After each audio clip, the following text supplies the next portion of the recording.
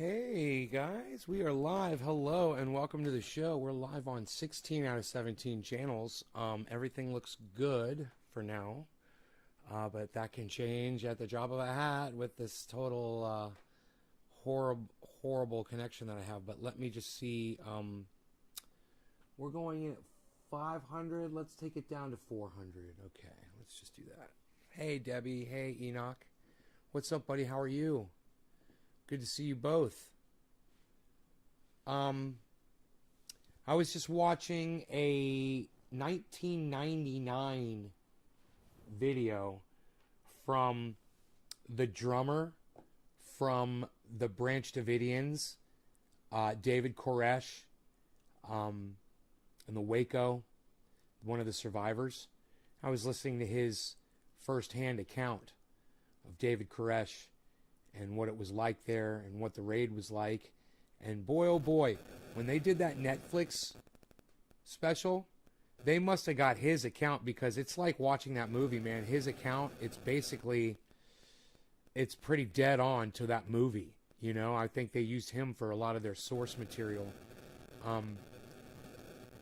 Yeah, it's wild. What's even wilder, when you watch the 1999 recount, I mean, you watch this man speaking in a bookstore, at a book signing, you realize that all the things that you hear all the podcasters talking about today about how corrupt the government is, this guy already knew.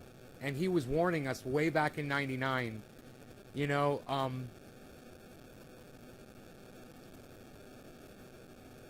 what is that, 40 years ago? No, 20 years ago? What year is this? 2021? 21 years ago, something like that? 22 years ago? He was warning us. And he said, the government is so corrupt and there's no recourse. People don't care, because most people just stick to the narrative of what the government's telling them.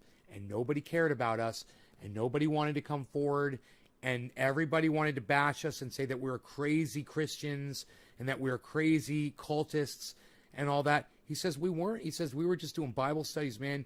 This guy, David Koresh, had a different spin, what he thought his take on the Bible was, and everybody believed him that heard him speak. And he just had command over the Bible that no one else had. So he had a lot of people. Man, when you listen to this guy's story, you're just like, man, that is so fucked up. What the FBI did to them, what the ATF did to them. My phone? Yeah, it's right here. Thanks. Thank you. Thank you, thank you, thank you. Turn it off. Forgot to turn my phone off. Hey, realist. Some fucking engineer thinks my phone should vibrate when I turn it off. Was a sick cultist manipulator? Right, that's what you were taught. Enoch, that's what you were taught. He wasn't as bad as you think. You got to go listen to this guy speak. David Koresh was not the monster that he was painted to be.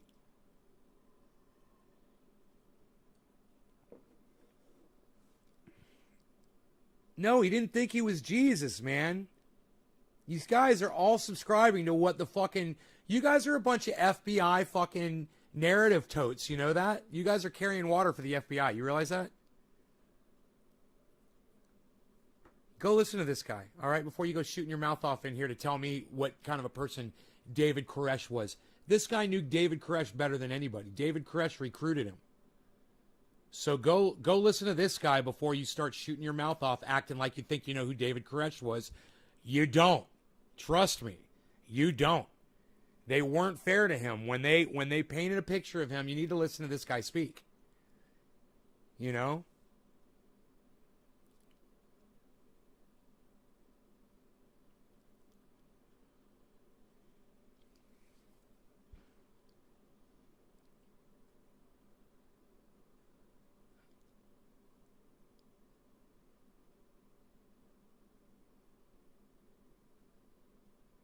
My cat wants to come in the house now.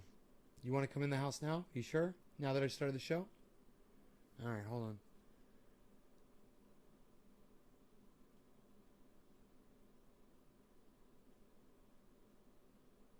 Look.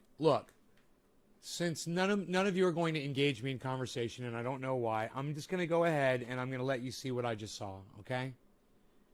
You guys can hear it from the drummer himself. If you guys, any of you guys saw the Netflix, Koresh, or what was it called? Was it called Koresh or was it called Waco? Did you guys see Waco on Netflix? Hold on. I'm going to get you in a second. I want to get this video started.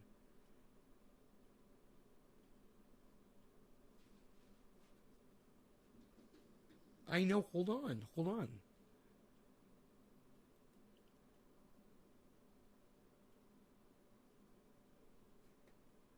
right. You guys are not paying attention to me. So I'm going to take it back this is about 38 minutes into the video. Sounds pretty desolate. Can't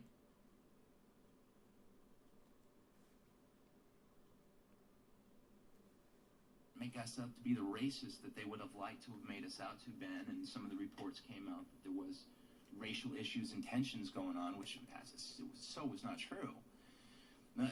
I'll give you an example, and this is one of the things that occurred, and this is why David was so misunderstood, and people like Mark Bro really fought against him. There's reasons, but he had a study one day, and he says, Chris, you say you read about all of it? Yeah, who is the author, Chris? Did you read his book? I hate black people. What really happened? And I was raised pretty liberal. I was pretty shocked. And everyone was quiet. He goes, I hate yellow people.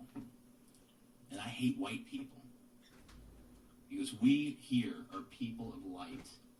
And we are people that want to understand the truth. And that's what I relate to. I want people of light. Wow, who does that sound like? We just want the truth. Who does that sound like to y'all? We're just about the truth, aren't we? That's all I ever talk about in here, facts and the truth. Now, granted, he believed in a man in the sky and so did all of them. But, I'm always willing to forgive people for that indiscretion because they've been indoctrinated. And, you can't blame people for indoctrination. It's right. Sounds like me, right? Hey, man, just want the truth, right? Unfortunately, they were basing their truth on a book of lies. That was their problem. But, hey, feel pity for them. They were lied to since they were babies. All of them, their mommies and their daddies, told them that Jesus Christ died on the cross for their sins, and Santa Claus came down the chimney and left them their presents. They were all indoctrinated, man. And, it's hard to walk away from that. It's hard to walk away from Christianity or any religion, Around me. No colors. Nothing to limit you. And he would always do stuff like that to provoke you and make you think. And then there was always... Wow, David Koresh was always provoking and making people think. Who does that sound like? Huh, kind of sounds like me, doesn't it? And I do it just because I love you guys. I can be mean and rude and I can yell and scream, but it's for an ultimate goal is to improve your lives. It's not for me. If I'd stop yelling and screaming, I'd be more popular on the internet. There'd be more people watching the show right now. A wisdom behind it. And that's one of the things that impressed upon me. Well, I'm going to wrap it up to April 19th so we can start taking questions. Several things did occur. And just wait till his wife comes on later. Morgan Fairchild, who he has sex with frequently. We'll see if any of you guys get that joke. People know I was Cheers. reading a lot of material today. And one of the things that I read was by a gentleman who has a very interesting website, and he did some articles. And you have to understand that when you're in a building and they're starting to play interviews from people that hate you and want nothing to do with you and think you're strange and think you're wacko and think that basically you're unworthy of life, you start to realize that there's no allies out there. It's us against the world. There's no allies out there. Understand. Nobody cares. They don't care about him. They don't care about David Koresh. They don't care about the Branch Davidians. They don't care about Jimmy Dore when Jimmy Dore goes out and says, hey, man, I did not commit, sexual assault against, Anna Kasparian. They don't care about anybody. The sheep are gonna sheep. And when you've got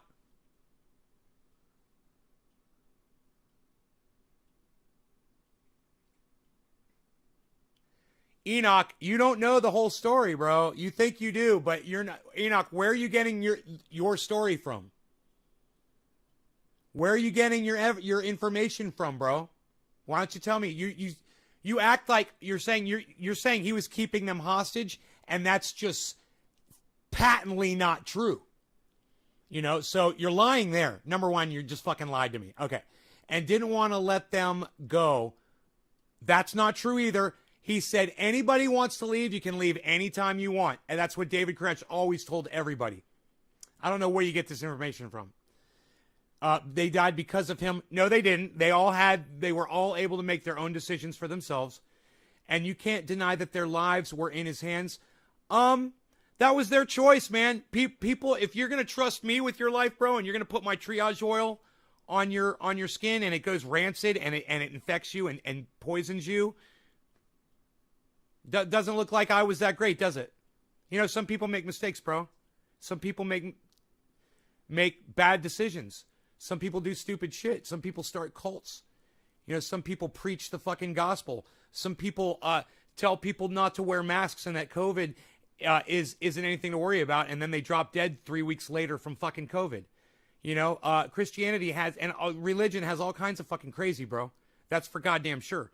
But the one thing I'm saying is almost everything you just said, Enoch, is just a lie. You have no idea what you're talking about. And go ahead and why don't you give me your source, Enoch, since you think you know all about this. Why don't you tell me where you're getting your information from?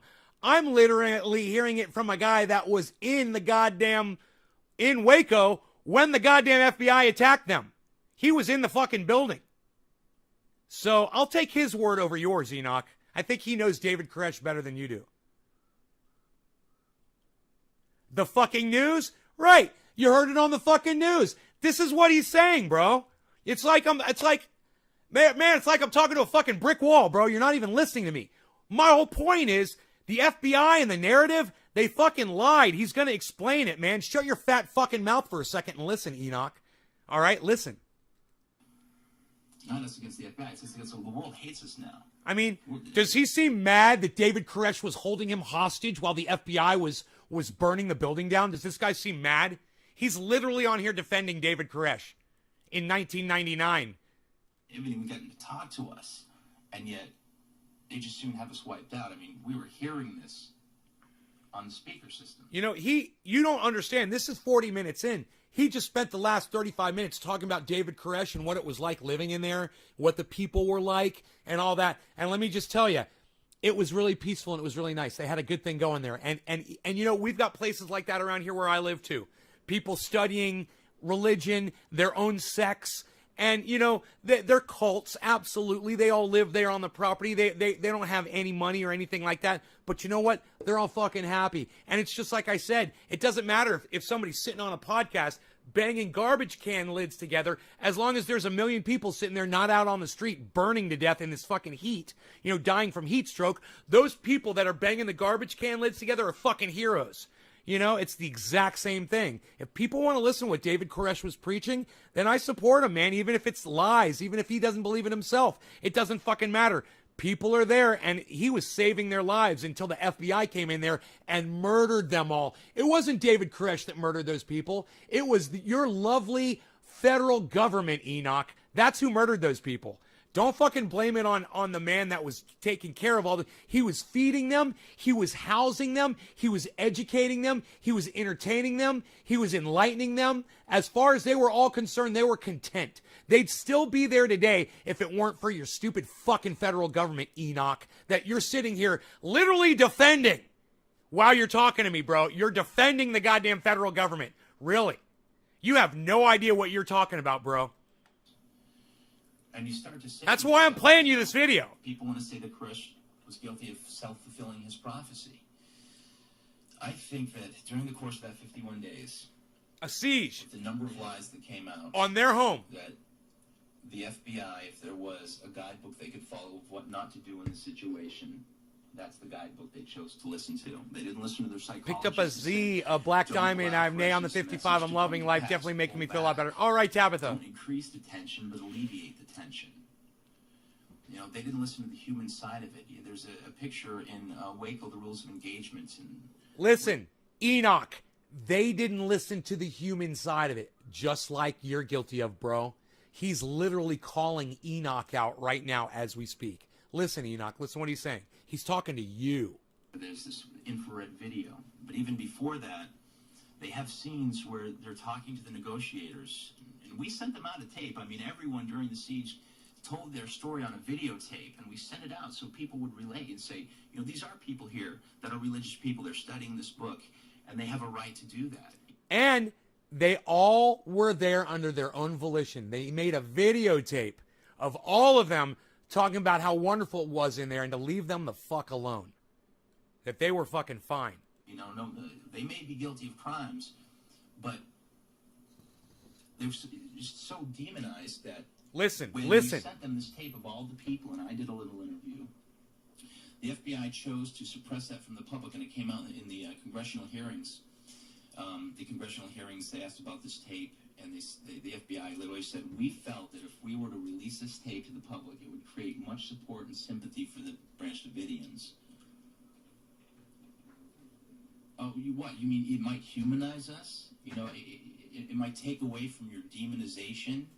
You know, I mean, I give talks and people say, Mr. Thibodeau, you've done a great job at hiding your horns and your cloven hooves. You know, I mean, from the perception I got from the press, it's what I expected when you came here. I said, before I move on, there's a quote that I thought was very profound, and it's exactly what has happened. It follows precisely what took place. Senator Henry Clay said this in the 1800s. He said, the devices of power and its minions are the same in all countries and in all ages. It marks its victim and denounces it, exciting the public hatred so it can conceal its own abuses and encroachments. Right, Enoch? And you are part of that public hatred, man. You're one of the fucking sheep that believed the narrative. Bro, you're sitting here, Enoch, you're literally sitting here talking like you're speaking about facts. Because you heard it on the news. Because the news reported what the FBI told them. You think the news was there covering it live? They weren't, bro.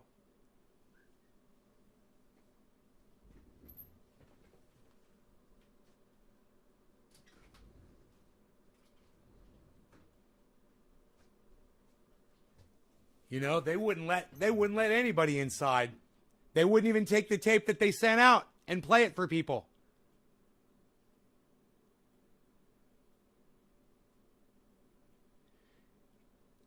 Yo, Anthony Suarez, what do you mean talk about Cuba, bro? Are you paying attention to what we're talking about, bro? We're talking about fucking Waco, Texas. Do you hear me having a conversation with fucking 16 other people, bro? When you come in here and say, talk about Cuba, bro? What do you mean talk about Cuba? What do you want me to say about Cuba while we're talking about the Branch Davidians in Texas, Anthony? Are you deaf, or are you narcissistic? Or are you just a fucking douchebag? I'm kind of curious. Which is it, Anthony? Let me know. I'm betting on fucking douchebag.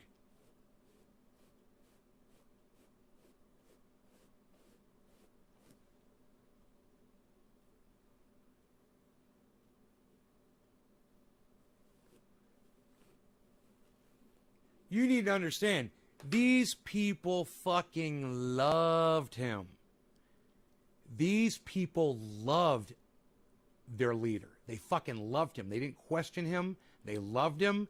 And anything he said, they just believed it was because he proved it to them, because he was proving things in the Bible supposedly to them that nobody else could do. And, you know, he was just really good at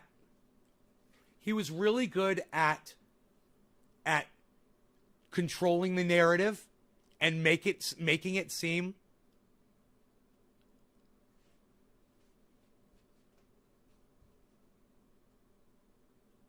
Yeah, Anthony, I couldn't give a fuck about Cuba. I don't give a fuck.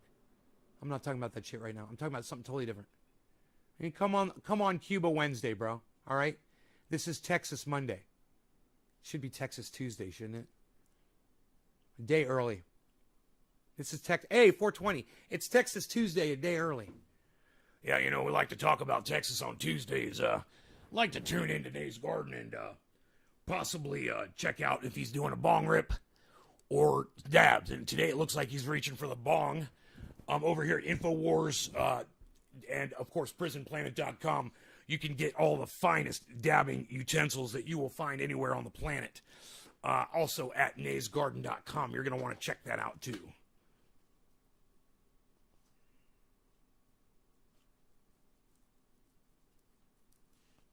You know, first thing I always do when I go into anybody's podcast, ever, the first thing I do is I say hello in the chat. I just say hi, so people know I'm there. And I listen to what the podcaster is saying. And then I reflect on it for a little bit. I listen. I see where the conversation is going. And I usually enjoy it. And 9 times out of 10, I don't even say anything. I just listen and enjoy it. But, you know, every once in a while, I'll make a comment about what the podcaster is discussing. Look, Anthony Suarez, I'm going to go ahead and block you from my live stream. Nobody fucking cares about Cuba, you douchebag. Fuck off. My God, what a random, crazy-ass thing to happen in my live stream. Holy shit. What a narcissistic cunt. Get the fuck out of here, you fucking prick. You want to go outside, bees? All right, it's hot. 91 degrees. Go, bees. Go on. Good boy. He's like, don't rush me. All right, happy 420, everybody. Remember your very first bong hit?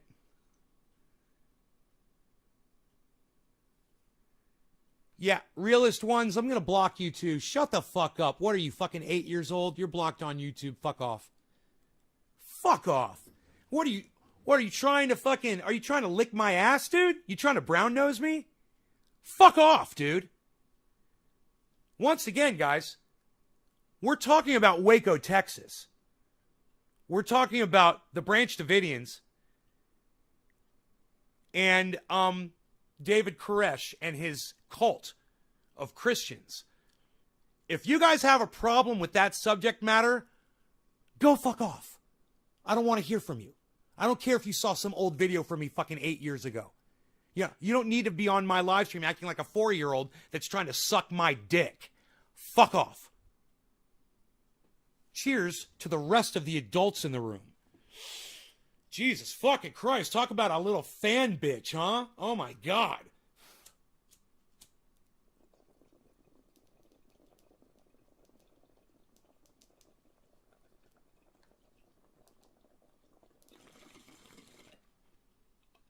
You know, I ignored you the first time you said it because it was stupid the first time you said it.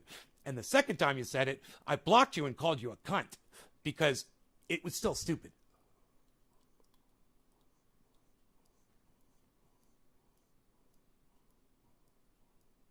Remember that one time at band camp that you were sucking your own dick?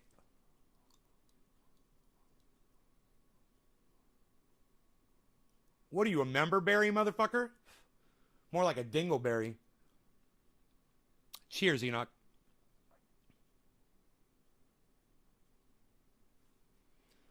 Warren Hauser. My warehouse money hasn't come in yet, Warren Hauser. Give me a second about that warehouse money. Give me 1 second.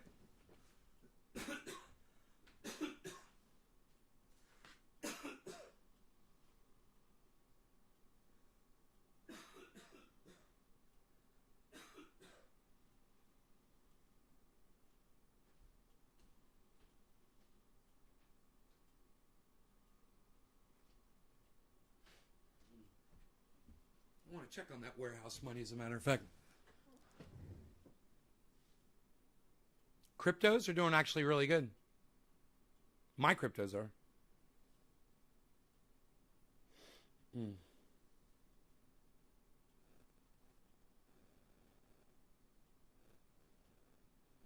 Douchebags. To fucking log into my phone, right? Engineer. Alright. What is today? The 12th? Might be a little early. Yeah, today's the 12th. We'll see. We'll see what comes in.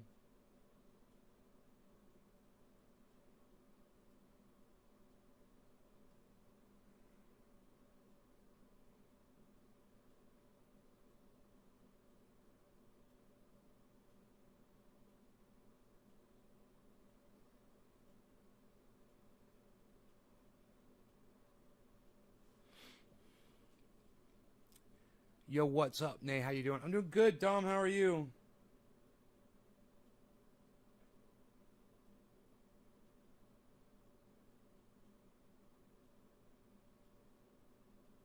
Oh, shit. Look at all these emails that just came in.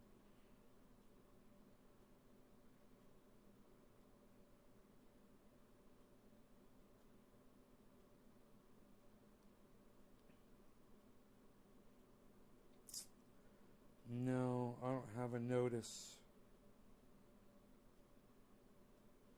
I'll check my bank account here. I don't think anything's come in yet.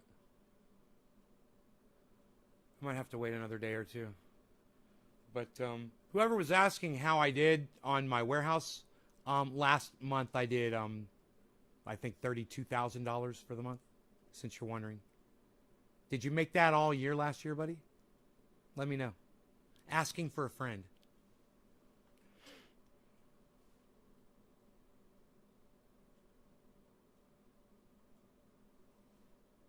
Oh. And take a puff with me. Danimal D86. D86. Okay.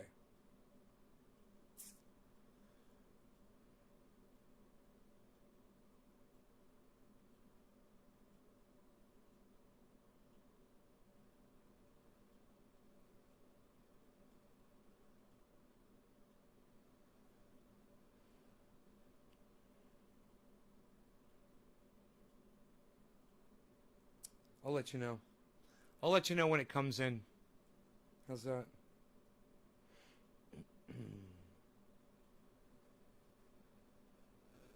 Watch, the phone's going to vibrate one time because I turned it off. Fucking stupid.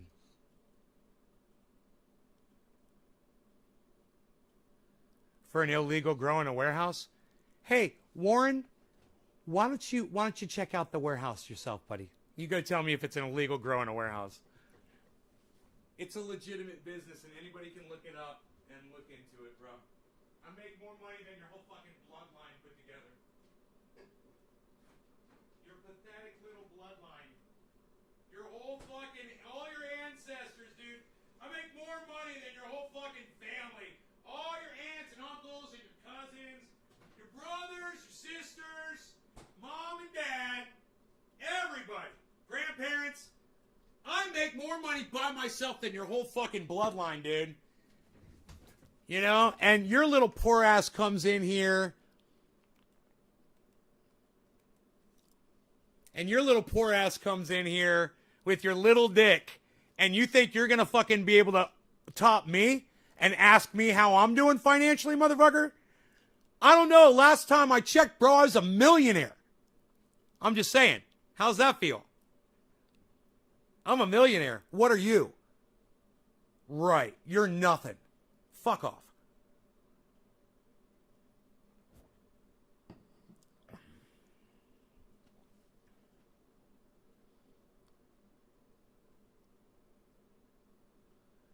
George Williams? Oh, is that you, George, that said that? What was your name that I fucking blocked your fucking little mouthy ass? The realest one? Okay, George Williams. Hold on a second. Psst. Fucking George Williams.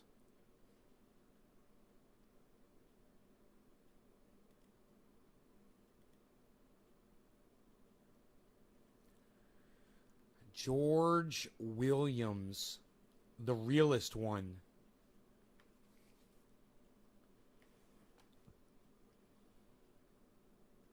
What a short little block list. Tiny little block list. Kai, you are comfortable and retired. Many people would love to live your life. Yeah, some people are jealous just because I block them from the live stream. So they come in here and they whip their little dicks out. And then I gotta flop my big fat cock on the table, and they piss off. It shuts them up quick. It's so I can get on with my day, you know? And, hey, you want to see my fucking credit score? How about that? I bet you my credit score is better than your entire family's averaged out. I bet you my credit score beats your whole fucking bloodline, motherfucker. How much you want to bet? I'll bet you $10,000. Oh, that's right. You don't have $10,000, do you, you poor little bitch? And, hey, man, for those of you out there who don't have $10,000 to throw down on a bet right now, I want you to know, I'm not talking to y'all because y'all didn't come in here acting like a little troll cunt like the other one did. So just know I'm not addressing y'all. Don't take it personally. Cheers, guys.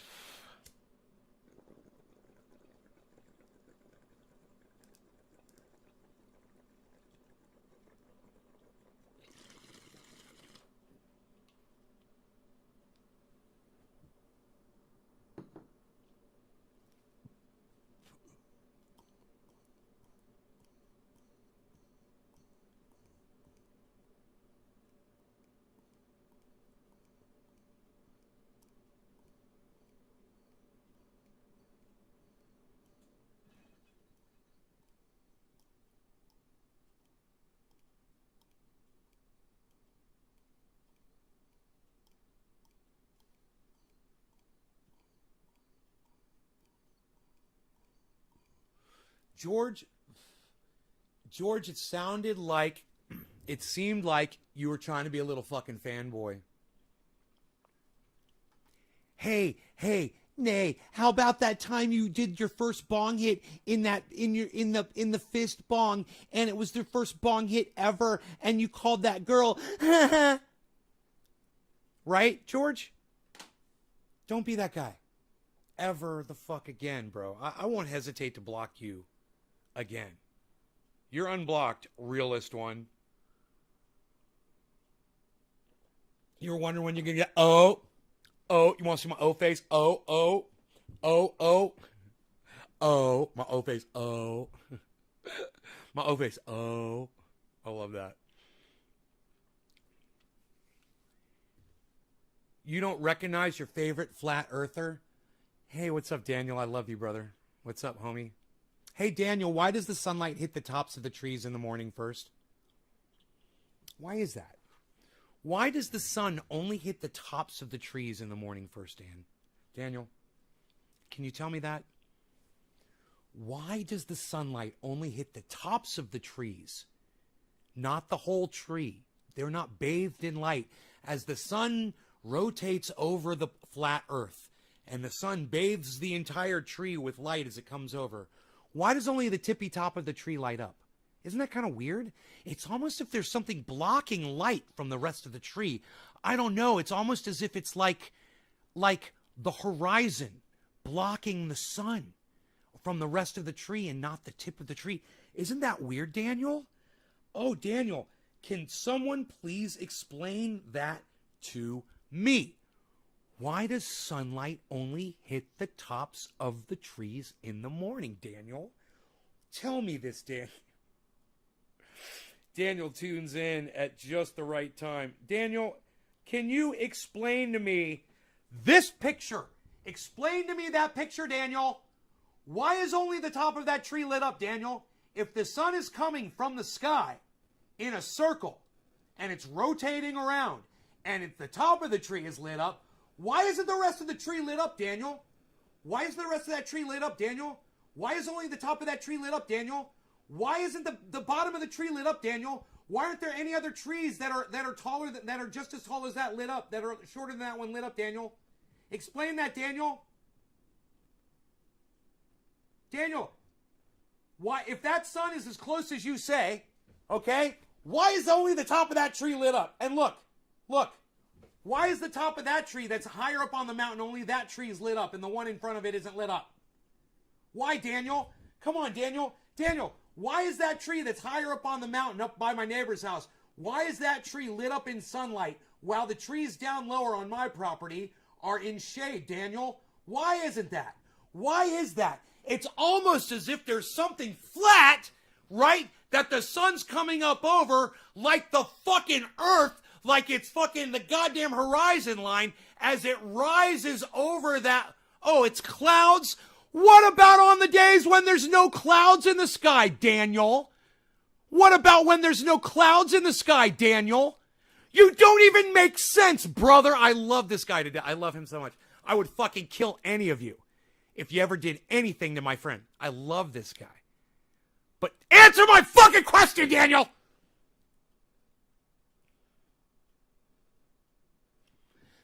Answer my question, Daniel. Why is the tippy top of that tree in the background lit up? And none of the other trees are lit up yet, Daniel. Isn't that weird, Daniel? Isn't that weird, Daniel? Why is that, Daniel? I don't know when the pic was taken. I do. It's when the sun, just as it was coming up over the horizon, Daniel. That's when it was taken.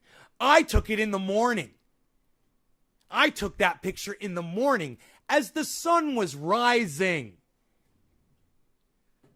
As the earth was rotating and exposing more of the planet to the sunlight that was 90 or 80 million miles away, bro.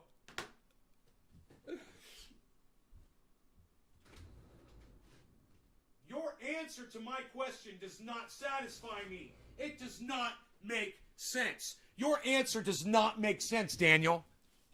Your answer that it was a cloudy day does not make sense. You're saying that the clouds are lower than the sun, bro? Right? You're saying the clouds are lower than the sun and the sun is hitting those clouds, right? Then where are they? Why can't we see them in the sky? Where are the magic clouds? How does that even work? How does a cloud do that? Wow, look at the sky on that day, Daniel. Tell me where the clouds are.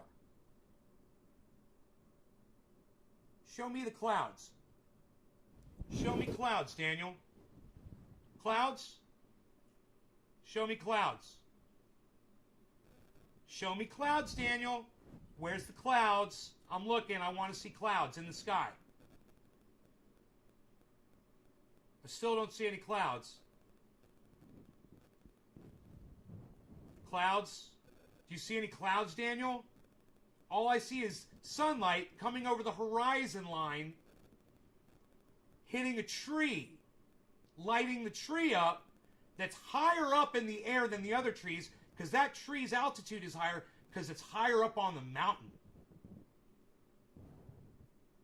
Where's the clouds? Where's the clouds, bro? Where's the clouds? Multiple photographs, bro. At different angles, all at the same time. I don't see a single cloud in the sky, bro. And I'm looking really hard. Clouds? No clouds. This is not demonstrating the blue sky very well. Here. There you go. No clouds. Zero clouds, bro. None. On these hot ass days, there's no clouds. The sun comes in at an angle. There are plenty of days with clouds on one side of the sky. Bro, there's no clouds. This is several sides of the sky. You can see I actually took pictures in different trees. You can see I covered the whole sky, man, from the backyard. There's no clouds. And the sun is coming up. The sun's coming up over there. And I'm taking the picture this way towards the sun. These pictures are taken towards the sun. You realize that, right?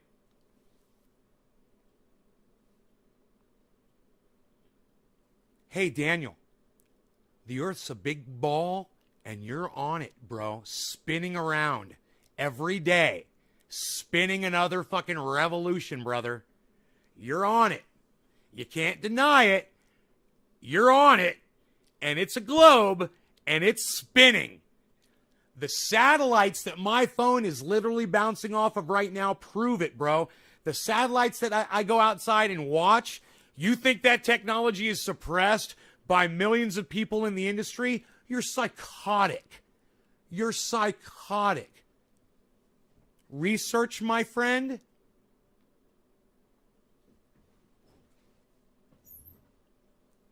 I love you, Daniel. I love you. There's no clouds in the sky, brother. And there's we're on a big globe, and you know that when you say it's flat, you lose your friends, bro, because they think you're fucking crazy. Listen, Daniel, I love you, brother. I love you like a brother. And I'm going to tell you something right now. You're disillusioned like a fucking cult member, bro, like this guy was. You're disillusioned. You've been lied to. Okay? You're listening to Eric DeVay, who gets fucking destroyed by Simon Dan, and Professor Dave Explains like nothing. Bro, don't send me any links, Daniel. Daniel, do not send. I know that the Earth's a globe, bro. I know the Earth's a globe. You know, ask Jeff Bezos, Elon Musk, and Richard Branson. All three of them just had to master the science to go up into orbit. You know, part of that science depends on the fact that the Earth is a globe, bro. So that's the science that they relied on. And it wasn't just NASA, bro. It's 3 other companies, brother. And then there's all the other countries that are going to the moon now. Israel and India and Japan and China and Russia. And is that NASA too, bro? Is that NASA too, bro? Oh, that's right. It's not NASA. It's the whole fucking world, man. Everybody's in on it. It's a whole goddamn world now. Oops. Bro, I disprove you 1,000,000 times. I'll turn you on to a Simon Dan or Professor Dave Explains, and they will fucking destroy you, bro. They will destroy you. And your whole line of thinking is why you're having a hard time having a lot of friends, Daniel. I'm telling you, people think you're fucking crazy because you think the Earth is flat. Drop that shit, man. You're wrong. Okay? Hey, and guess what, Daniel? You've been wrong about shit before, man. My goddamn deck is sagging out there, bro. The deck that you were going to fix for me? Yeah, well, this is how much science you fucking used on my deck. It's sagging down again, bro. I got to get it fixed again, man. Right? That's your fucking science, Daniel. Man, Mark came over and looked at what you did. He said, man, who fucking left this beam like that with this bracket on there? I'm like, Flat Earth Daniel did. He's like, say no more.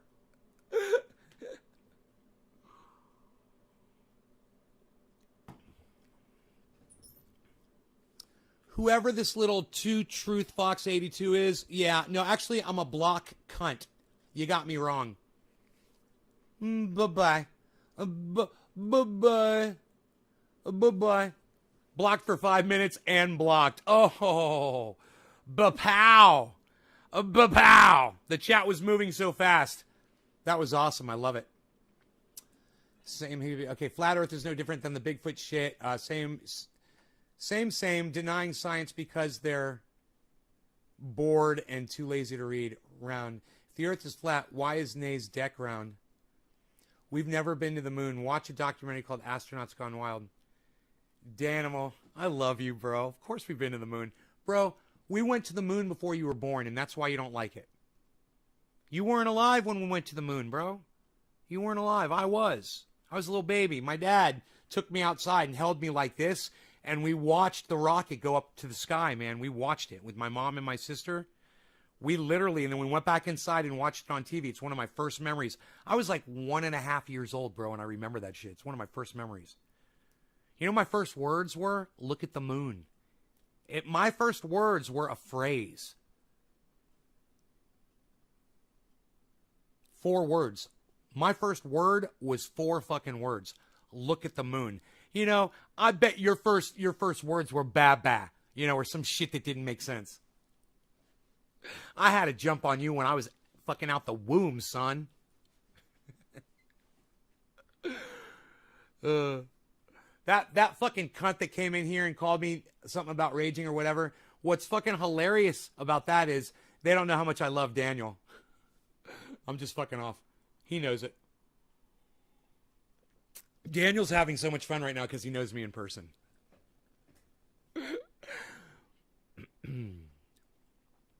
International Space Station is live on YouTube. No, that's all CGI video, bro. Right, Daniel? Right? The International Space Station live on YouTube right now. That's all CGI video. Danimal, that is really a movie. Seriously, if the Earth was flat, gravity would be too, so Nay's deck wouldn't sag in a round formation. It would settle flat as a ball. Yeah, Daniel. Daniel, if there's no gravity, it's buoyancy and you said, what did you tell me? It's density and buoyancy. Well, come fix the density and buoyancy on my sagging deck, Daniel. Oh, and by the way, I'm still picking up the rusty nails you left around my fucking jacuzzi area, bro. Thanks for that, too. You guys want to see all the rusty hardware that Daniel left around my goddamn jacuzzi? I saved it all. It's more than a handful, Daniel. So if your work is any kind of a commentary on your belief system, bro, I wouldn't fucking be trusting your belief system for shit. And I definitely wouldn't be hosting a party and having 20 people standing on that goddamn deck right now.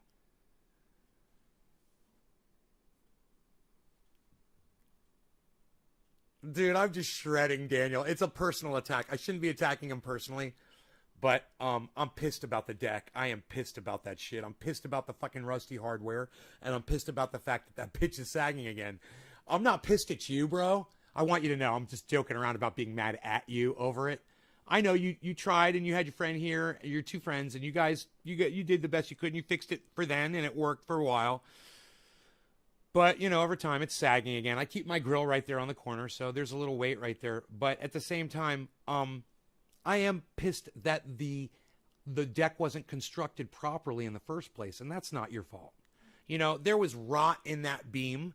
That's not your fault, Daniel. You fixed that. You cut that off. You put the new beam on there. You painted it and shit.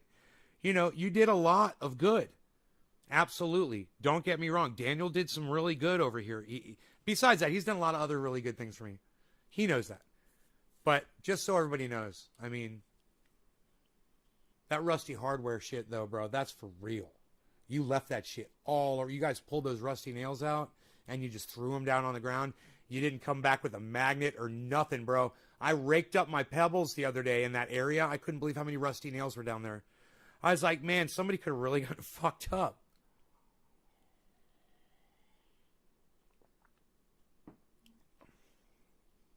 I know, tetanus shots, right? Here, so Enoch, listen to what this guy has to say. No, I read that. I committed it to memory because it absolutely fit with what happened. And can I just say, his wife, Morgan Fairchild, who is very beautiful and loves him very much, and which he has sex with all of the time. Does anybody get that reference? Happened here, and I'm just going to give you one more parable, if you will, before we talk about April 19th. I'm a big fan of George Orwell's Animal Farm. I'm very happy to see that it is now a TNT movie, and I'm really looking very forward to seeing that. But if those of you that are familiar with the story will know that the pigs... Boy, that's pretty interesting equalization. That the pigs were the power structures of the farm, and the horses were the workers, and everyone had their role. And every time one of the farm animals questioned the authority of the pigs, the sheep, who weren't too bright, the sheeple, would break in to their mantra. 4 legs good, 2 legs bad. 4 legs good, 2 legs bad. And the whole farm would break into this mantra. Patrick, I'm putting that on Twitter. Thank you so much, Patrick Baker. I'm putting that on Twitter right now. Thank you so much for that, man. That is so nice of you to say that. Thank you. And they would forget the question. They would forget to question the pigs and question authority, because the whole world's saying 4 legs good, 2 legs bad. And the FBI, over the course of 51 days, every single day consistently, federal agents good, Branch Davidians bad. Federal agents good, Branch Davidians bad. And the entire nation joined in. You know, and it's a shame, because I feel that we have the greatest country on the face of the earth. I feel that Americans are incredibly industrial. I mean, we've done so much to advance technology and to advance this world that we're not smart enough to say, I mean, there should have been someone that should stop. That was Janet Reno's job. She should have said, stop. You know, these people may be strange, you know, but there's 2 factions here. Listen, Enoch, to what he's saying. These people may be strange. And there's kids involved. Which brings me back to my original point. In Waco, the rules of engagement, when they go in and they show the negotiators, you get a picture of what they called the compound, what I called my home. They get a picture of Mount Carmel. And they get a picture of David Koresh. And the whole mental attitude was, that's the criminal. This is the enemy. We need to get him. They should have had pictures of Serenity Jones and Joseph and Isaiah and Startle and Cyrus and the kids that were in that building. That negotiator's house and the tactical commander's houses should have been lined up with the pictures of these kids, and the attitude should have been... They murdered all of those people, and he knew all of them, man. They were his family. Realize that what this guy is saying, okay? No matter what his belief system is, he's a human being, you guys. This is an innocent child. We need to do whatever it takes to get them out of there. And if it means speaking Koresh's language and not, you know, chastising him in the media and getting 2 theologians in that are willing to work with us, like James Tabor and Phil Arnold, who Koresh wanted to get his manuscript out to, then that's what we got to do. I think it's unfortunate that in such a brilliant nation that the ball was dropped, that we lost sight of that, that people are dead now because of it. You know what, I'm not going to talk about April 19th because I want to open up to questions. I know we're running out of time, and I know that someone's going to ask me about it, so we'll get into some really juicy stuff there. Someone thinks it's a good idea over there to have a flickering picture over there at YouTube. Some engineer thinks that's a good idea to have a flickering picture. It's going to go national, so if you have a good question, stand up and face the camera and make sure everyone can hear you. Yes, sir. The point you just made about the protection of the children, shouldn't that have been a two-way street? I mean, shouldn't the rights of the children been, or the obligation of protecting the children been considered from the Davidian standpoint as well, in terms of, good well, point. maybe we should drop this, maybe we should put the children's safety ahead of our principles. It's a good point. Go ahead and surrender for the sake of the children. In their minds, that home was the safest place for those children. That's where their parents were. And that's where their school was, and what the fuck were they supposed to do? Send the kids off to fucking, you know, to foster homes? That's a very interesting question. It's a very deep question. I know it's one that most Americans had on their minds during the course of the 51 days. There's a couple things that I think you need to understand. Number one is when a tank drives through your living room, you tend not to go out to those people that are assaulting you. When they start setting up speaker systems, you know, you tend to incorporate as a group and say, this is my family. But I think the more important issue is that 18 people, including men, women, and children, did exit during the 51 days when negotiations were going good. And Koresh had one negotiator he liked a lot, and he kept asking for him. They pulled him off, and he's basically a Christian guy. He wanted to help. He really did, and Koresh had a great deal of respect for him. They pulled him off during the course of 51 days. He went through, I think it was 19 different FBI negotiators. You can't establish a rapport. You can't build a relationship with someone while that's going on. 19 different negotiators. Why didn't they show that in the movie on Netflix? They could have done that in 19 seconds. They could have done that scene in 19 seconds. Literally, 1 second per negotiator, and ended on the 20th second on the last one, and kept going with the movie. And they chose to not show you so people like Enoch would believe the narrative that these were bad people. So when those 18 children, well, men, women, and children, several of them children, exited the building, one of the things that they did is They left with some of the parents stayed in, some of them didn't. The kids that exited left with very specific instructions. We had very specific dietary rules. We didn't want our kids out eating candy bars and running around like kids of the world, if you will. We believe that. Wow, they didn't want their kids eating sugar. What do you know? What do you know? Don't eat fucking sugar. Oh, I get to show my belly again. I get to show my belly again. What? Ladies?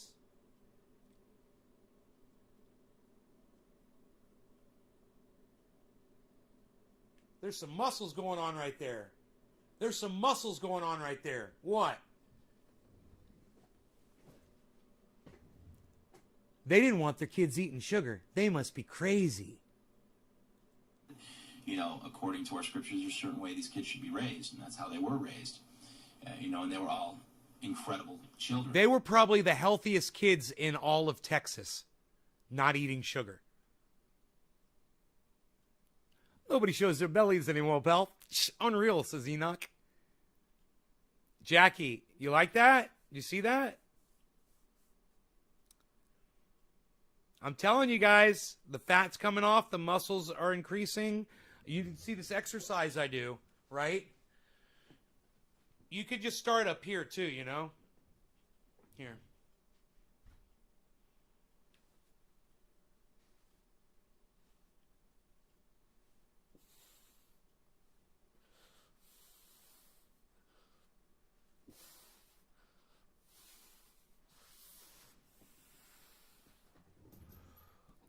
Lost a load of weight. Congratulations. It's not easy.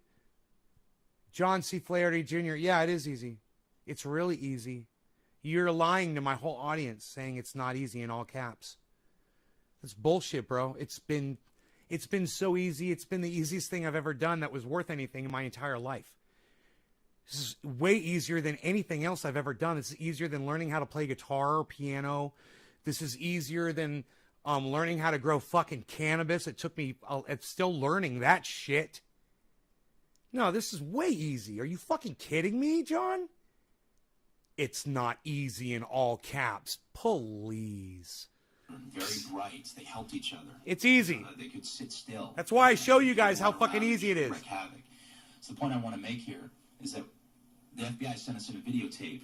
I need to breathe. And in the videotape, they had the kids drinking soda pop, eating candy bars, watching movies that maybe the mothers wouldn't have. Okay, I'll breathe. Remained inside, and the fathers remained inside. We're very upset about this videotape, and they called the FBI.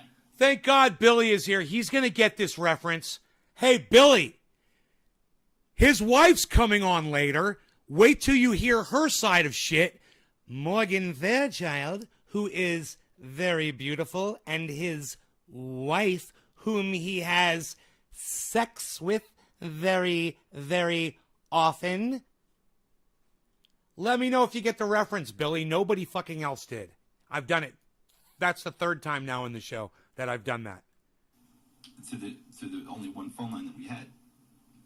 And they said, you guys are going expressly against the rules that we set out when we sent our children out. I don't want my kids raised that way. What are you doing? Why are you doing this? That's number one.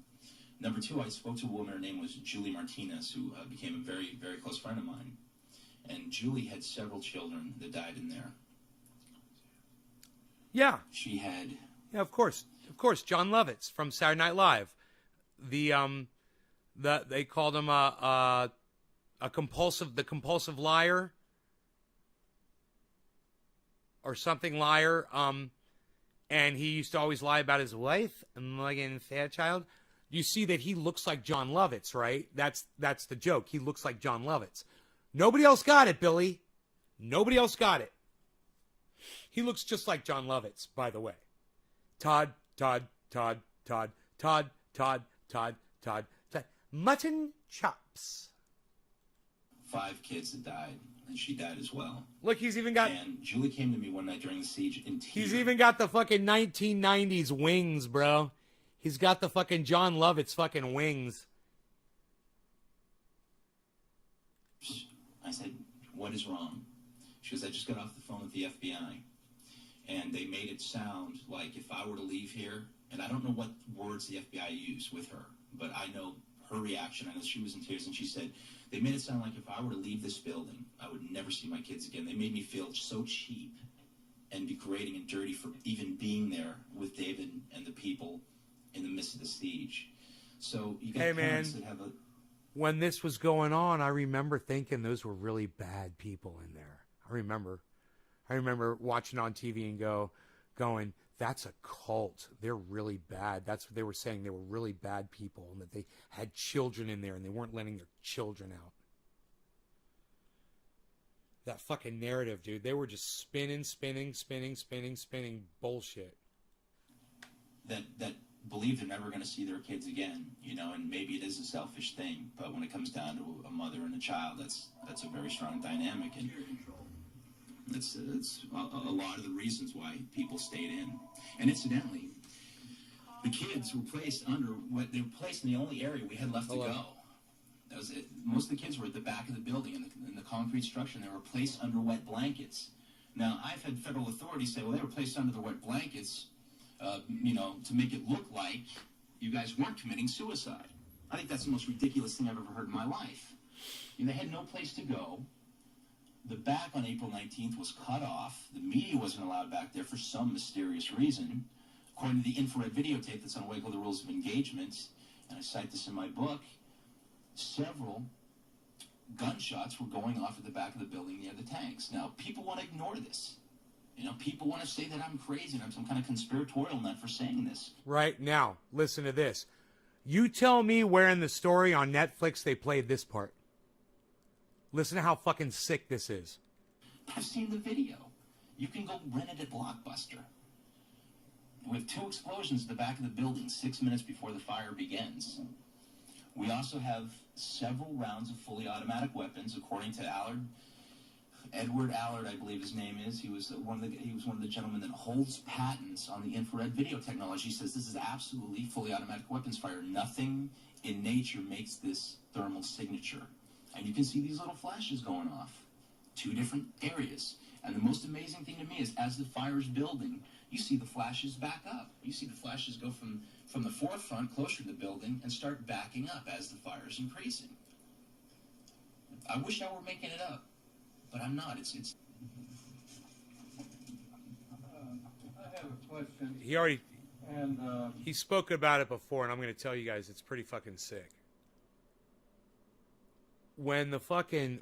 I don't even want to tell you guys this because it's so horrible. But they don't tell you anything about the dogs in... No mention of any animals at all, right? Well, they had a pen full of big dogs in the back. A family of dogs and shit. And the DEA, those shots, the very first shots you heard, they went back there and they shot their fucking dogs, man, that were penned up in a chain link area. And they shot and killed the fucking dogs. And Netflix doesn't even show you that shit. And he's like, nobody wants to talk about that. that is that it seems to me This only has 1.14 million views, guys. That's fucking pathetic. that every action that the FBI took was directed at the children. In other words, when they introduced CS into your Mount Carmel, and this was discussed in the joint congressional hearings, they targeted the children. They targeted the children with the idea that their mothers would try to save them and rush out. They also knew that every adult had a gas mask, but gas masks are not made for children because they don't work. The lungs are not strong enough. Another area of targeting the children, I think, was the so-called psychological ops program where they showed the What's the bright lights question? and the loud music and the other What's the question, man? You fucking conspiracy nut. What's the fucking question? unusual sounds. Now, they claimed that David Koresh was brutalizing, in fact, beating, quote, beating the children, is what Janet Reno told us. She was beating babies was the beating babies. And I think all of us can understand that if someone is susceptible to violence, then under stress, he's likely to engage in more violence. So these psychological operations, again, would target the babies and make them be beaten more by Mr. Koresh. So do you think that the FBI had any concern for the children as they claimed they had? Not according to the actions, and that's such a great point. I'm so glad that you brought that up. During the course of the 51 days, playing this music, I mean, I'm a pretty peaceful person. And there was one time during the siege where it was annoying me to the point, because when you're tired, you put in earplugs, you can sleep, through just about anything. I mean, it's amazing how the human spirit can adapt. Wow. We're very adaptable. Kids aren't so adaptable. Kids are adaptable, but it will definitely affect children more so than it would adults. One of the things that just is absolutely shocking to me is the fact that they would use these psych-ops on the kids. But more importantly is people have to understand about the CS gas that they use, the tear gas that they chose to use. Internationally, and I've done a little research on the subject, internationally you cannot use CS gas in wartime. It is banned. Use it against American citizens. Wow. According to the Dow Chemical Report on CS gas, it says that CS gas is a riot control agent that is only to be used outdoors in an outdoor riot control situation, never to be used indoors, especially, it says, amongst women and children, especially children whose respiratory tracts are not fully developed. It could kill them. Failure Analysis, who's a scientific organization, they did a report on the CS gas in the form, throughout the course of the 6 hours of April 19th, how much gas they put in there. In some areas of the building, they put in CS gas that was 4 times the amount needed to deter a trained soldier, let alone what that will do to a little baby. Boy, I don't want to lose my next point. This CS gas to me, was one of the most barbaric things you could ever experience. I mean, I can't believe that they could use that. And Joyce Sparks, who was the individual who was in charge of the state investigation against Koresh and the child abuse issues, had come out to the property with the sheriff's department. And Koresh knew Jack Harwell, the sheriff of Waco. We had worked with law enforcement in the past. We invited the ATF. We didn't go looking for them. They made it sound like we went looking for them, like we had some plan. She said in an interview that she urged the FBI not to do the CS gas plan, to wait them out on the 7C manuscript, urged them, and said, well, basically, should I get my team ready? And they said, no, don't worry about it. One time, don't worry about it. What were they planning? One time during the negotiation, they were asking how many fire extinguishers we had in there. And did a report, said, we have 2 fire extinguishers in the building. And the FBI negotiator said, well, it's about time you buy some fire insurance. I mean, this might, go figure. Which brings me up to my next point real quick. Another interesting, terrible tragedy that occurred a few months before our attack, and that, of course, is Randy Weaver and what happened to his family in the middle of Idaho, in the middle of the side of a mountain. And without getting too detailed, I just want you to know the mentality of these people. And this is what happened. This absolutely, it came out in the trials for his case. Right, His George? son, Sammy, thank you, was shot. His dog started barking. They went down. A marshal shot the dog. Sammy shot at the marshal. He ran back, and one of the marshals shot and killed him. The next day, Randy Weaver put his dead son in the shed next to the house and was walking to the main building, and FBI sniper Lon T. Horiuchi, who was one of the only people that has been left on the lawsuit. We have a civil case against the government. All the people we're going after has been thrown off except Lon T. Horiuchi, who was an FBI sniper that was there that day. Lon T. Horiuchi gets Vicki Weaver in his sights. Now, he starts opening up on Kevin Harris and Randy as they're running into the house. Vicki's got the door open. She's got her baby in her arms, and Lon T. Horiuchi from 200 yards away with a high-power scope shoots her in the face. She falls forward with the baby in her arms. Now, in the trials, during that particular case, it was asked, Mr. Horiuchi, didn't you know from 200 yards away that this woman had a baby in her arms? And he said, no, I thought it was a firearm, so I shot her. Now, I've talked to snipers I've talked to people that have been in the military. Anyone here in the military? Was in the military? 200 yards away, do you know what you're shooting with a high-powered scope? That's all I want to know. Yes, you do. This gentleman's waving his head yes. There's several people from all over this country that I've spoken to have told me the same thing. He knew what he was shooting. But here's the key. The next day, they had speaker systems set up in that little debacle as well. The next Dude, day, if 200 yards, he could see her face in that scope, he could definitely see what she was holding in her hands. That is so fucked up. the negotiators or someone from the FBI got on the horn. They said, Randy, what's Vicky going to make you for breakfast this morning? I mean, that... Yeah, Dominic, right? And we've already heard the goddamn narrative. Now let's hear it from the actual witness that was inside the fucking building living with them. All right? Let's hear it from the guy who the whole fucking movie was based on. Let's hear from that guy. All right, Dominic, shut the fuck up. That's unfathomable to me. That our federal authorities, our servants, people that under the Constitution have taken an oath to serve the American public could do that to anybody. I don't care if he's a fascist or a racist. He has certain rights. This guy was never on trial. I don't want to get too far off. I just want you to realize that this kind of stuff happened to us all the time during the course of the 51 days. The FBI agents would moon us. The women would be looking out of the windows and they'd be mooning us and sticking their middle finger up at us. I mean, it's just, I'm so sick of anybody just fucking coming in here and talking shit. Two sides to each story. Hey, bro, you're defending the goddamn United States federal government, Dom? That's not a fucking story. It's a lie. That's not two sides. It's the government lying and the actual story from a witness. Yeah, don't fucking defend the fucking federal government, bro, please. It's not two sides. Yeah, well, shut the fuck up and listen then, Dom. Don't say two sides to each story. Fucking be quiet and listen then, man. Or contribute something that's worth contributing, man. Please. Federal government? Yes, sir. Everybody, including Enoch, has already heard all the fucking lies. All right? I don't want to fucking hear it anymore. Two sides my dick.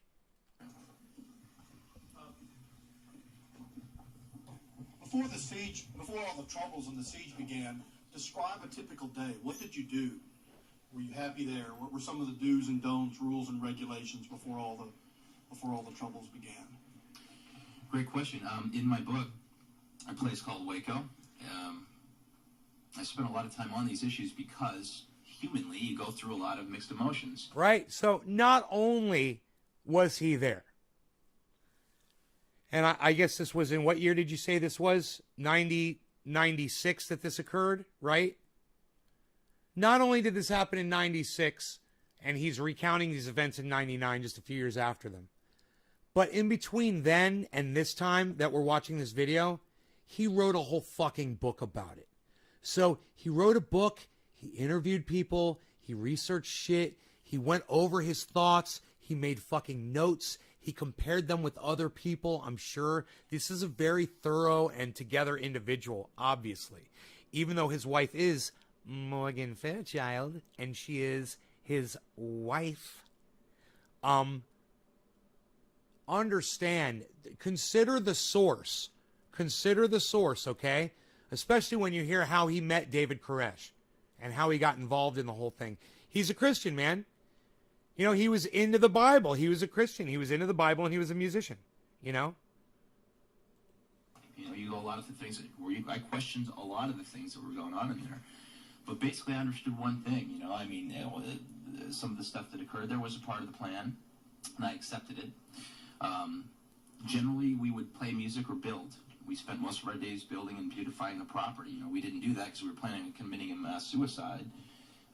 We had put in the tracks. We were building up the house. We had built a pool for ourselves. See, it wasn't a suicide cult. So he's making that clear. We weren't planning on killing ourselves. We were making a nice, beautiful resort kind of area for us and the kids. Place to grow, nice. And most of the times were spent working, and in the evenings we would study. We had 3 square meals. Some of the women would prepare, and we would all come and eat together. And the studies usually occurred in the evening. That was your basic life. There were periods of time where we would watch movies. Everything was on occasion. There were times when let's do a dab. Ice cream. There was times. Cheers, guys. Quarter of the hour. And everyone in the community had a burger. But basically, people stayed A there. burger. They believed David Koresh was inspired. I believe David Koresh was inspired.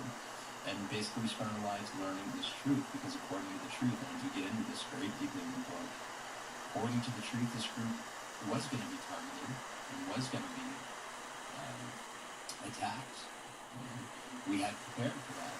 At the same time, Brecht did everything humanly to try to avoid the situation. He also believed there was another plan. Hear that, Enoch? And that plan could go forward with music, and he could reach the world that way. Try to do everything to So it's avoid kind of that confusing, it's situation. dualistic. And that was one of the hard things Mutton in writing the book. chops. It took me several years to even He went with conceive mutton writing this chops. book because I thought it was such a complicated subject. Cheers, I thought guys. There's no way I could explain my experience. I still think to this day there's aspects of the truth that I don't even get into. I did not want to get into David's scripture in this book because I don't believe that that's my role or that I'm inspired to do that. So I'm trying to tell the story from my experience without getting to the hardcore belief of why we were there. And that's what's very difficult for me in writing this book. And, I think it's something that can be researched. There are some of the Davidians that have written down their version of the Seven Seals. And anyone that's interested can look that up on websites. I couldn't quote the site right now, but I didn't feel it was my role. But what I did feel was that, we were out there studying, we were out there living, and we bothered no one for 60 years. Were you free to leave, to go to a movie, to go on a date, to go to the mall, drive to Dallas or Houston? If you really wanted to, everyone's always free to leave. That's part of your free moral agency as a person. I mean, generally the group did things together, and the group didn't really depart from that. Considering that we were one body, according to several scriptures, if one person does something that's against the basic rules of the community, it affects the entire community. Oh, that's And so tasty. living under that structure, yes, Tasty it was flavors. a rigorous structure, and yes, it was a very monastic lifestyle, but at the same Monastic? time, it's a lifestyle that everyone chose to live. I don't know what And monastic I could have means. left at any time. But consciously in my head, I did not feel that I would be doing the right thing. I don't think that I could have been left David to do my own. Steve Hollowell says, not really. I don't know what you're saying not really to. You say the same shit the news says. Very often I do. Very often I do report the news from the AP, CNN, Fox, podcasters. I absolutely say the same shit you will hear on the news. The one thing you won't hear is my awesome fucking commentary on their programs. You'll only hear my awesome commentary here, Steve Hollowell. Thanks for giving me the leg up, bro.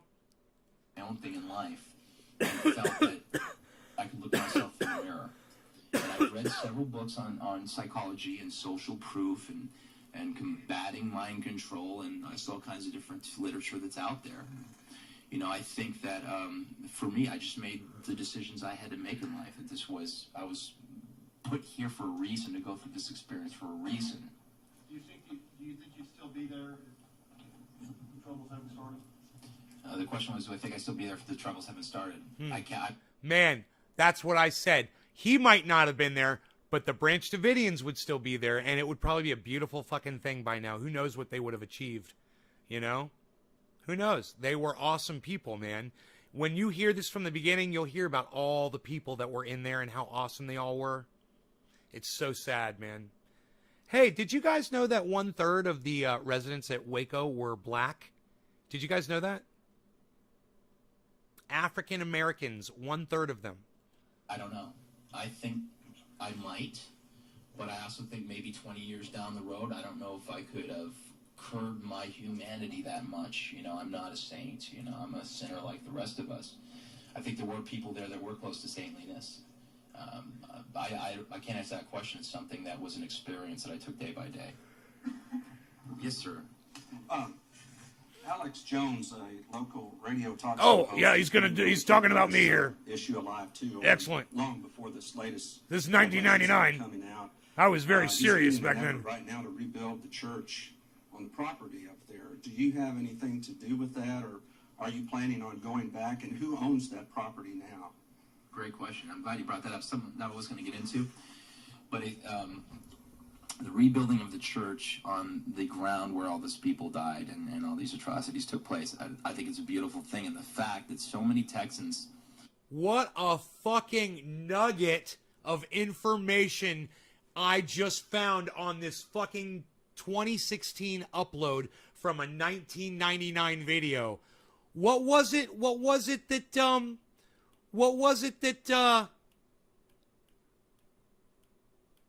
who was that said that?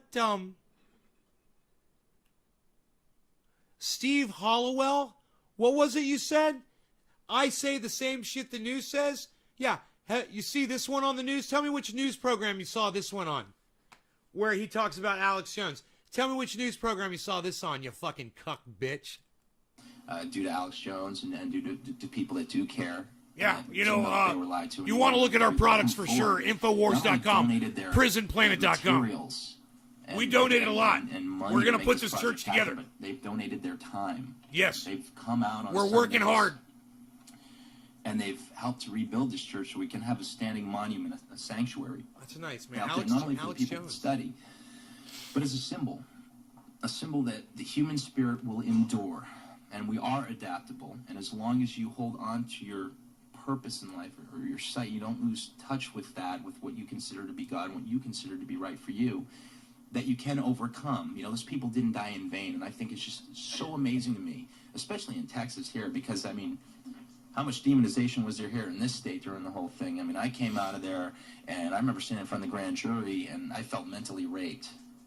The last thing I wanted to do was stand before 18 people that lived in Waco, that looked at me like I was the biggest freak they ever saw in their life, and didn't believe a word I said. That was the most uncomfortable situation I've ever been. I've been CS gassed, and that was a little more uncomfortable than the CS gas, frankly. And I got to tell you, man, I believe this guy. I listen to this guy, and I'm really good at just listening to people and judging character. I think I'm a really good judge of character. First time I heard Vouch, I was like, no. I listened to this guy, and I was fucking riveted. And I was riveted because he's fucking telling a personal, honest account. You know, he's being honest. And that just comes out in somebody, you know. When someone's being honest with you, you can feel it, man. You hear it in the way their voice is conveying the message. You see it in their body language. You see it in their eyes. And you can sense it, man, you know. So it's incredible that people have come forward, and every Sunday they go out there and build. It should be done the next couple months. And if anyone that would like information on the building of the structure, they can go to www.infowars.com to get that information. You know, and you're also- going to want to go to you're definitely going to want to go to infowars.com, like my friend and fellow survivor here from Waco is definitely telling you. You're going to want to check out infowars.com. You're probably going to want to check out prisonplanet.com as well, too. Alex Jones and due to people You know, this is a great shout out for the show here. We're going to go ahead and zoom in on this. Not only donated their materials. This is very important. Our products are the best products on the internet. You're not going to find water filtration any better. On Sundays. You know, our Super Male Vitality product, Build this church so we can only have at a half monument strength. It is so ultra potent. out there, not So only for the people ultra to study, potent. but as a symbol that the human spirit will endure, and we are adaptable. And as long as you hold on to your purpose in life or your sight, you don't lose touch with that, with what you consider to be God and what you consider to be right for you, that you can overcome. You know, those people didn't die in vain, and I think it's just so amazing to me, especially in Texas here, because, I mean, how much demonization was there here in this state during the whole thing? I mean, I came out of there, and I remember standing in front of the grand jury, and I felt mentally raped. The last thing I wanted to do was stand before 18 people that lived in Waco, that looked at me like I was the biggest freak they ever saw in their life, and didn't believe a word I said. That was the most uncomfortable situation I've ever been. I've been CS gassed, and that was a little more uncomfortable than the CS gas, frankly. So it's incredible that people Cheers have to that, come Enoch. forward, and every Sunday they go out there and build. It should be done the next couple months. And if anyone that would like information on the building of the structure, they can go to www.infowars.com to get that information, and also www.rebuildthechurch.com, and that's one word. And I just really appreciate everything that everyone's done. One of the goals I have for my website, which is a place called waco.com, is to put the CS Gas report and put all this information, the warrants on there, so people can read it for themselves. But also, and I should have done this years ago, and frankly, I was not proactive. Why don't you talking about the news now, not the old shit, Eddie Luke? Because this is about today. This is about American imperialism. This is them practicing imperialism on their own fucking people, bro. Do you understand, Eddie? This has everything to do with today. I'm sorry that you didn't pick up on that, brother, but I tried to make that clear before, when I literally said it's amazing what this guy says and how pertinent it is to today. It's almost as if he was propheticizing. Propheticizing, is that the right word? Propheticizing. He's like a fucking prophet, bro. He's talking about the government and how you have no recourse. When the government wants to clamp down on you, they create their own narrative. And then all the Enochs of the world, all of the people out there that hear that narrative, they subscribe to it. The news tells them that and reinforces it. And people think that the Branch Davidians were fucking psychos that were abusing their children. You know, they were doing crazy shit or whatever the fuck. Before. It took me a lot of time to go through everything that I had to go through in this, and then finally come out on the point where I could say, okay, let's take them on. You know, it's gone far enough. If my friends are in jail, I could be in jail. Not that I did anything wrong, but I could be in jail just for political reasons, and I want someone out there fighting for me. So what I want to do is start a petition to get the guys out of jail. I mean, come on, people. You know, we can let terrorists go and free them for political reasons, but 7 innocent people that are in jail, and the jury, you know, I'm sorry, Mr. Establishment, Mr. Clinton, Mr. FBI, whoever wants to criticize me on this one, the jury said if they had seen all the evidence that the judge had suppressed from them, everyone would be released. Everyone. The head jury forewoman wants a retrial. You know, people like Edward Al Stone want a retrial.